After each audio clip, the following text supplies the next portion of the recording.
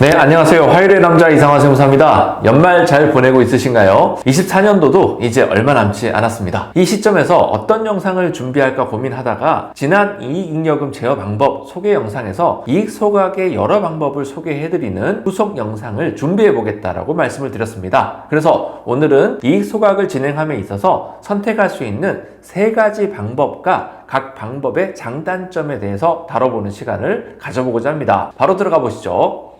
이익소각은 회사가 주주로부터 자기 주식을 취득한 후에 그 자기 주식을 소각하는 일련의 상법상 절차를 말하는데요. 제가 3가지 소각 방법이 있다고 말씀드렸지만 그 절차는 모두 동일합니다. 하지만 회사가 주주로부터 자기 주식을 취득할 때에 한 주당 가액을 얼마로 설정하는지에 따라서 크게 3가지로 구분해 볼 수가 있습니다. 첫 번째가 취득가액을 시가로 설정하는 시가소각이 있고, 두 번째는 액면가액으로 취득하는 액면소각이 있습니다. 그리고 세 번째는 시가와 액면가액의 사이에서 취득가액을 설정하는 저가소각, 이렇게 3가지로 구분해 볼 수가 있습니다.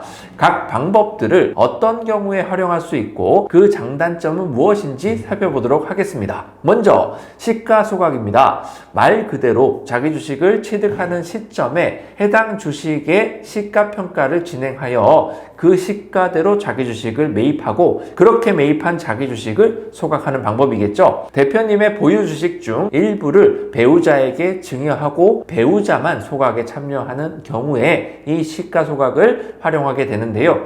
회사의 자본금 규모가 크지 않으면서 미처분 이익잉여금은 많이 쌓여 있고 주주 중 일부만 소각에 참여하는 케이스에서 시가소각이 효과적이기 때문입니다. 주주 중 일부만 소각에 참여하는 것은 불균등 소각이라고 하는데요. 세법에서는 불균등한 소각으로 인해 이득을 보게 되는 주주가 생기게 되면 그 주주에게 증여세를 부과하도록 정하고 있습니다. 다만 시가로 소각을 하게 되면 이익을 분여받은 주주가 발생하지 않기 때문에 불균등 소각으로 인해 불필요한 증여세 부과 이슈가 발생하지 않게 되는 것이죠. 그래서 회사의 자본금 규모는 크지 않지만 잉여금이 많이 쌓여 있고 주주 중 일부만 소각에 참여하게 되는 케이스에서 이 시가소각을 활용하게 되는 것입니다. 이때 배우자로의 주식 이전을 선행하는 이유는 소각으로 인해 발생하는 배당 소득세 부담을 최소화하기 위함이라는 점은 이제 많은 대표님들께서 알고 계실 거라고 생각을 합니다. 예를 들어서 대표님의 보유 지분 중에서 일부를 당시 시가인 6억 원에 배우자에게 증여하고 해당 주식을 바로 소각한다라면 다소 극단적인 상황을 가정해 보면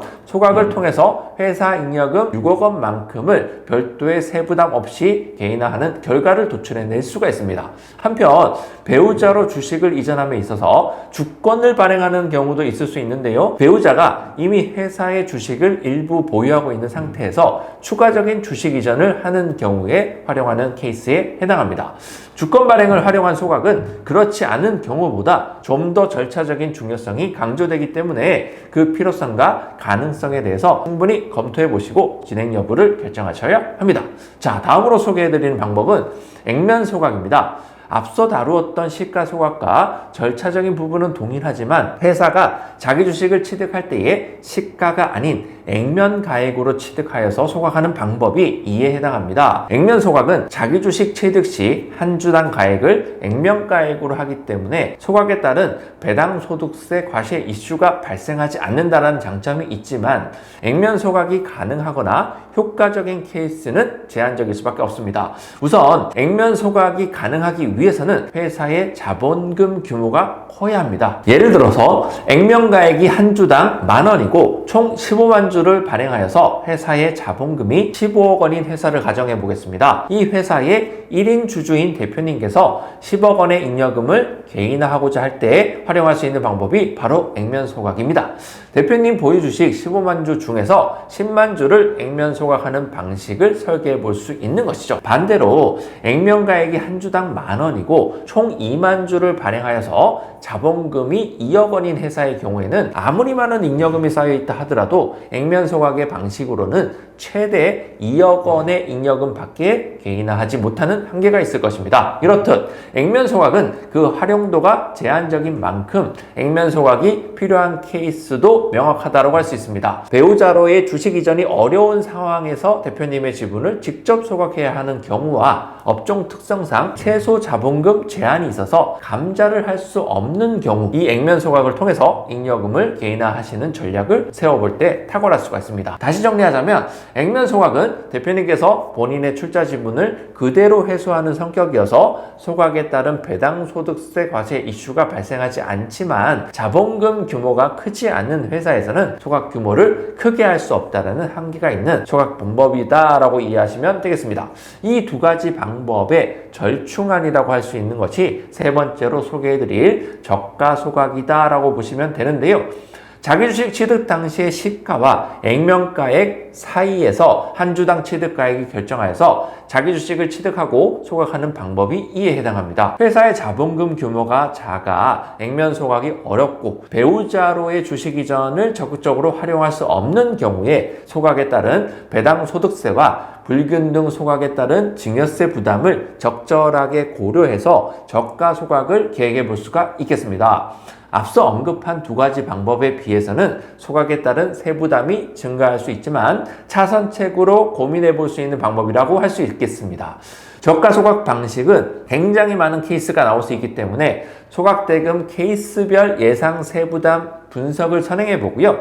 회사하고 대표님 그리고 나머지 주주들에게 가장 유리한 안을 찾아내는 과정이 매우 중요합니다. 이 저가 소각을 활용하는 케이스에서는 회사의 발행 주식 수가 충분히 많은 경우와 한 주당 회사 주식 가치가 너무 과도하지 않는 경우에서 좀 더 효과적인 플랜 설계가 가능한데요. 다시 말해서 발행 주식 수가 1000주인 회사보다는 10만 주인 회사가 좀 더 세부적인 케이스 분석이 가능하고 주당 가치가 액면가액과 비교했을 때 터무니없이 높게 형성되어 있는 경우에는 과도한 세부담으로 인해서 효과적인 플랜 설정에 한계가 있게 됩니다. 오늘은 이렇게 이익소각의 세 가지 방법에 대해서 조금 더 자세히 알아보는 시간을 가져봤습니다.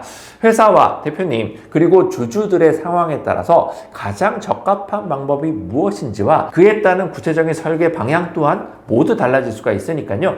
잉여금 개인화의 일환으로 소각을 계획 중이신 대표님께서는 전문가와 충분한 상의를 하고 시뮬레이션 분석을 통해서 어떤 방법으로 적용하는 게 나에게 가장 유리할지 합리적인 의사결정을 하시길 바라겠습니다. 오늘 준비한 영상은 여기까지고요. 구독과 좋아요는 영상 제작에 큰 힘이 됩니다. 이상화 세무사였습니다.